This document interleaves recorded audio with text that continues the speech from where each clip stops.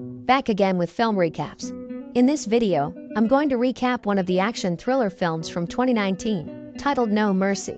Before we get to the storyline, I'd like to wish everyone a happy and great day. Without further ado, let's get straight to the storyline.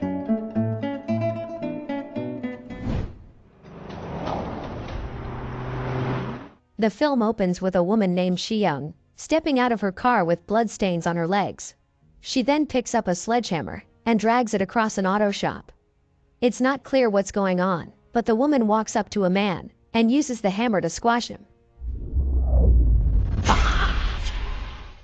The next scene takes us to the past. Eunhye, a martial arts champion in the Korean Special Forces who worked as a bodyguard, heads home after having been locked away in prison. She is excitedly greeted by her sister, Eunhye, who has autism.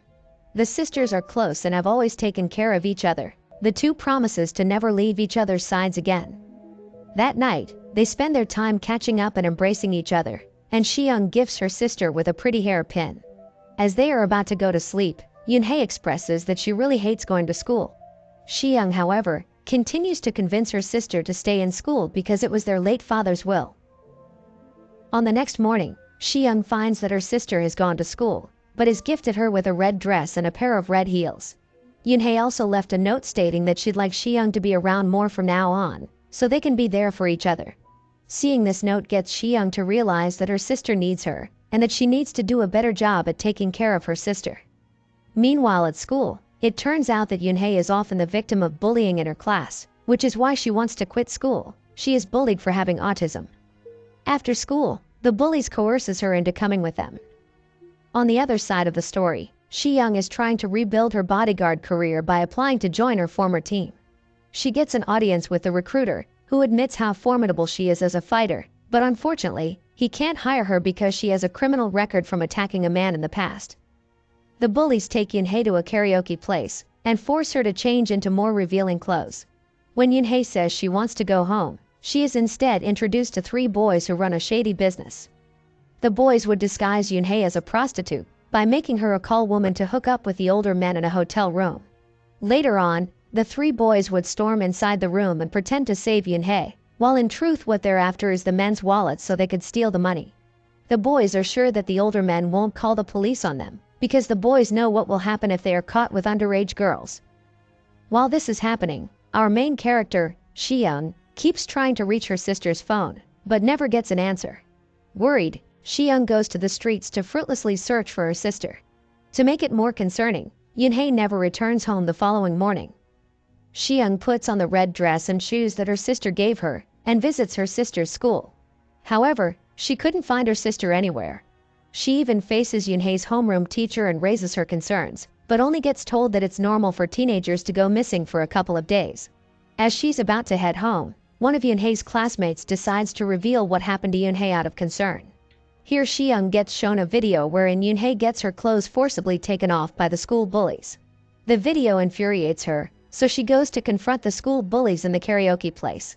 She then beats the shit out of them and forces them to reveal where they've taken her sister. Based on the information from the bullies, Eunhye goes to see one of the boys and proceeds to beat him up. Oh yeah. After he's pinned down on the floor, he finally reveals that they don't have Eunhye anymore, because just recently when they were trying to pull one of their scams and storms inside the hotel room, they found a powerful gangster named Sang Man there. The gangster refused to let Eunhye go, and proceeded to scare the boys away, so the three left Eunhye just like that. The only lead they have now is the gangster's phone number from when he booked a hotel room with Eunhye. Eunhye repeatedly tries calling the number, but doesn't hear an answer. She also tries reporting this to the police, but they seem to quickly dismiss her by asking if her sister has just run away. Hearing how hard and time-consuming it is to prove that her sister was kidnapped makes her decide to take matters into her own hands. On the other side of town, Sang Man the gangster is on a meeting with a human trafficker, as he is trying to sell Eunhye for a wad of cash. During this transaction, Eunhye is locked in a room and is crying to be set free, but only gets a slap in the face by the trafficker's assistant. Eunhye is now on an active search for her sister, and goes to the address listed on the business card. She doesn't find Sang Man there, but she does meet a worker who does live there. She beats him up for information, and the man finally confesses and tells her the license plate number of Sang Man's car. After that, Shi-young leaves with the worker's car keys and a stun gun. At the same time, the human trafficker finishes his transaction and goes to see Eunhye to force himself on her. On the process, Eunhye bites him until he bleeds. Back to Shi-young. After obtaining more information, she goes to the parking lot where the gangster parks his car and waits until he shows up. Sometime later, Sang-man shows up and enters his car. The woman then tails the vehicle and calls his cell phone to ask where Eunhye is. When the gangster refuses to answer, the woman waits until they come to a fairly quiet street and rams into his car. Up next, Shi-young steps out of the car and tases him until he passes out. When the man wakes up, he finds that he is tied around the neck, and Shi-young is forcing him to tell her where Eunhye is. In the end, Sang-man had no choice but to do what she asked and drive. The more that he refuses to answer, the more that she chokes him, causing him to lose control over his vehicle and crashes by the side of the road. Right after, the two proceed to attack each other in an epic brawl inside the car.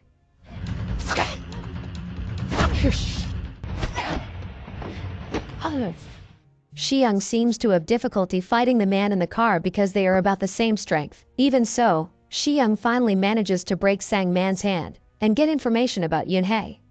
Up next, she goes through his phone and calls the human trafficker while pretending to be the gangster's assistant. According to the human trafficker, he's not satisfied with Eunhye and would like to sell Eunhye to someone else soon. Hearing this gets Shi-young to rush to the human trafficker's establishment, which is a massive massage parlor.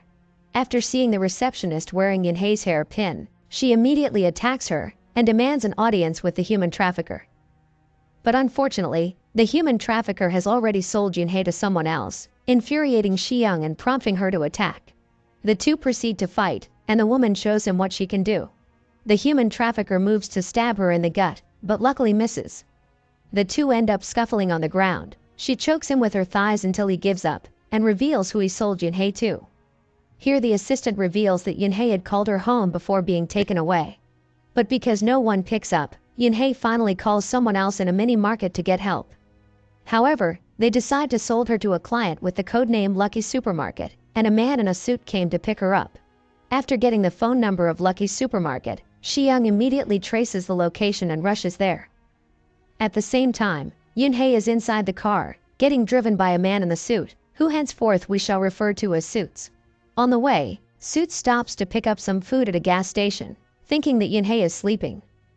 Eunhye then quickly takes the opportunity to escape and climbs inside a public bus. Unfortunately, as the bus starts going, Suits stops it and demands to be let inside. He announces that Eunhye is his mentally ill sister and successfully drags her out of the bus. She begs for him to let her go, but despite feeling sorry for her, he still shoves her inside the car and takes her away. Back to Shi-young. She's back on the road when the gangster starts yelling at her from inside the trunk, demanding to be let go. Sick of his cries, she exits the car to ask him some more questions, before crushing the gangster's hand. She then proceeds to thrash the car around, until the trunk door opens and he falls out. Afterwards, she drives away, leaving him alone. Suits and Eunhye have now arrived at a dilapidated building as ordered by Suits' boss, a famous councilman named Park. Here it is revealed that holding Eunhye hostage is not random after all. As it turns out, Councilman Park has unfinished business with Shi-young, and is kidnapping her sister to lure Shi-young to come. In truth, Suits wants to help the sisters, but he is afraid of Councilman Park because the man is deadly and conniving. Interestingly, Lucky Supermarket is the name of a mini-mart near Shi-young's house that her sister used to frequent. Shi-young comes to the mini-market that Eunhye called, and meets the old man who owns the mini-market. In a shocking turn of events, the old man accidentally reveals to her that he used to sexually violate Eunhye during the time Shi-young was in prison. Shi-young becomes furious at this, and with tears in her eyes, she immediately beats up the old man. Even worse, the old man wasn't alone on that. After Shi-young tortures and severs his fingers, he confesses that he and a couple friends of his used to take turns violating Eunhye. This prompts Shi-young to pay each man a visit and beat them all up. First of all, she goes to a photographer's studio and discovers her sister's picture there. She then beats the man without giving it much thought in order to learn more about the next guy. 오빠가? 어? 어쩌면 할아버지 그를 형님이 습격했대. 자, 좀 쌍냥이 스콜. The photographer finally leads us to the opening scene, where Shiyoung goes to a workshop and crushes the auto shop owner's arm with a sledgehammer. While in pain, the workshop owner finally tells her that the one who took Eunhye away right now was Park, the politician who had imprisoned Shiyoung. The man also reveals that 3 years ago, he sexually assaulted Eunhye in Park's car while it was being fixed in his workshop. When Park's car has been repaired, the politician accidentally finds Eunhye's underwear. The workshop owner was contacted next, and he responded that the pants belonged to a girl with a mental disability. Since then, Park the councilman has been involved in raping Eunhye.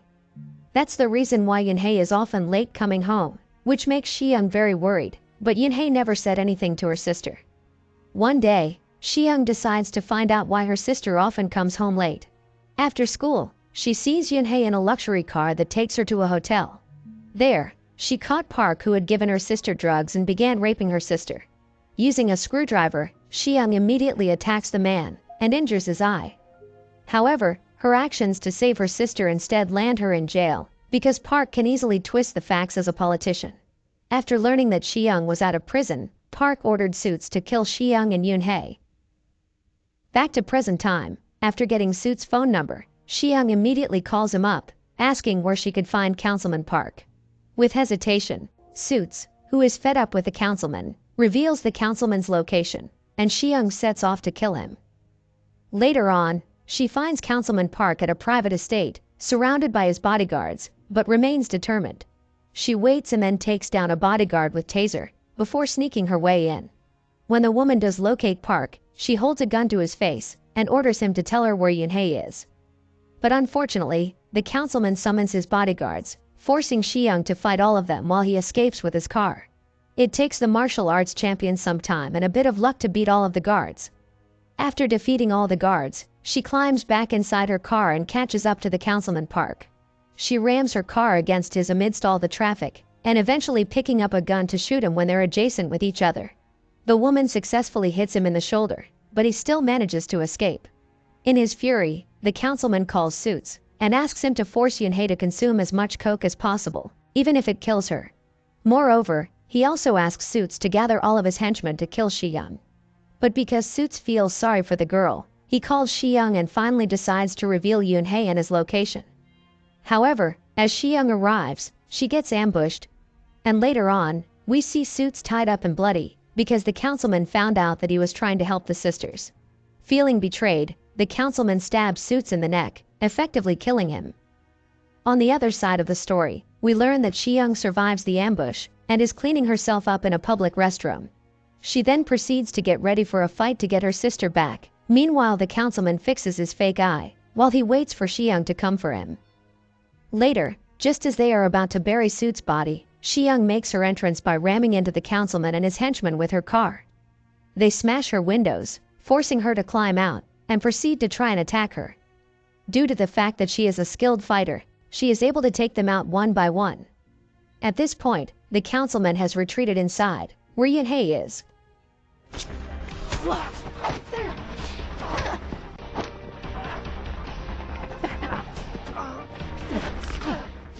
Shiyoung keeps up the fight with Park's henchmen, to the point where she is overpowered by them. Park proudly displays Eunhye by the window for her sister to see, while Shiyoung eventually grows exhausted and falls to the ground. One of the henchmen then drags Shiyoung up and prepares to slit her throat, but she snatches the knife away and returns to fighting them all. The gang appears to be too confident, which led to their defeat, and Shiyoung manages to walk away in victory. Beaten and bruised, she heads inside, and sees her sister barely conscious on the couch, right when the councilman attacks her from behind. He beats her, shoves her against the wall, and manages to stab her in the gut. But with what's left of her fighting spirit, she pins him to the ground and beats him to death. Now that they're safe, she moves towards her sister, and the two share a loving embrace before heading home. On the way, Shiyoung keeps on clutching her bloody gut, and tries to fight against the pain, because no matter what, she needs to get her sister home safe.